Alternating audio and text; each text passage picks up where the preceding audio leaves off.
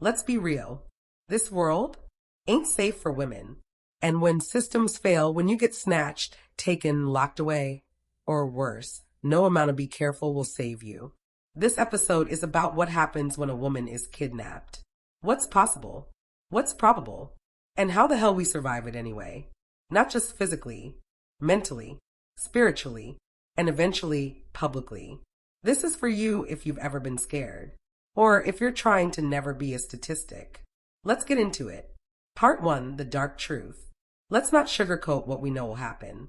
Statistically, kidnapped women face sexual violence, including rape, forced pregnancy, trafficking, and objectification. Next, physical abuse, beatings, starvation, restraints, forced drugs, forced silence. Next, psychological manipulation, Stockholm syndrome, gaslighting, threats against loved ones. Next, sensory deprivation or overload, such as being kept in darkness, blindfolded, gagged, or exposed to constant light/noise. Finally, dehumanization, being stripped of your name, your clothes, your voice, your rights. More than 80% of trafficking victims are women and girls, according to the Global Report on Trafficking in Persons, 2022. The average time it takes to break a human spirit?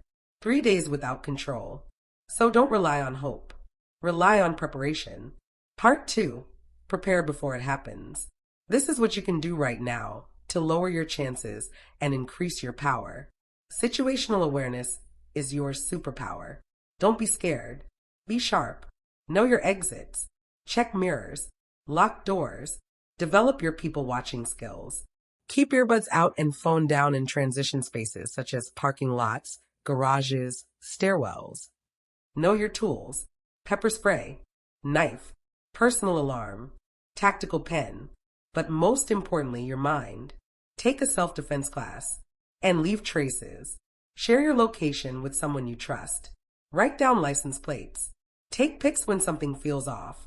Train yourself to drop items, rings, jewelry, hair ties if you are taken.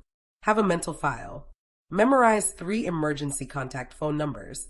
Know your blood type and learn a short emergency and medical phrase in multiple languages. Part 3, if you are taken. Your goal: stay alive, observe, endure, plan, breathe, and try not to panic. Learn your surroundings. Count your footsteps. Time all stops. Smell the air. Do you smell any distinctive smells such as fresh bread or pizza? Listen to your surroundings. If you taste salt in the air, you may be near the ocean. Feel around the environment for grass, carpet, etc.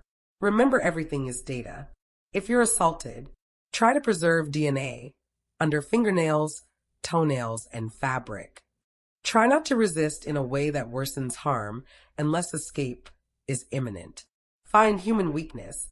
Captors often reveal routines, names, patterns.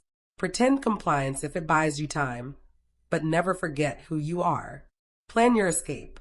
Wait for weakness during a transfer, a sleep cycle, or a lapse in attention. Use fire, noise, water, whatever you can get your hands on as tools.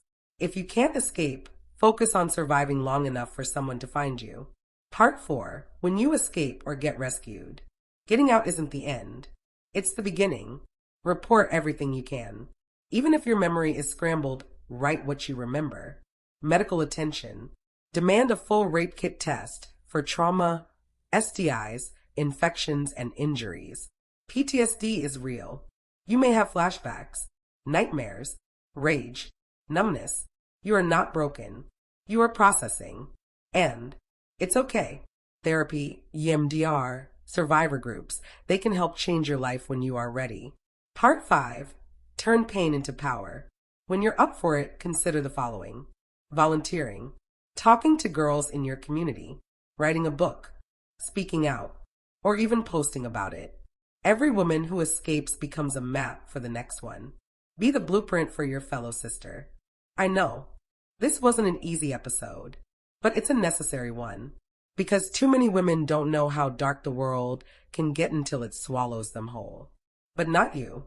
You know, and now you're building light inside yourself, around your sisters, for the ones who didn't make it back. You don't owe anyone anything. You owe yourself survival by any means necessary. Drop a heart in the comments if you're reclaiming your body, your mind, your story. And until next time, stay safe, stay aware, and stay prepared. Love you, sis.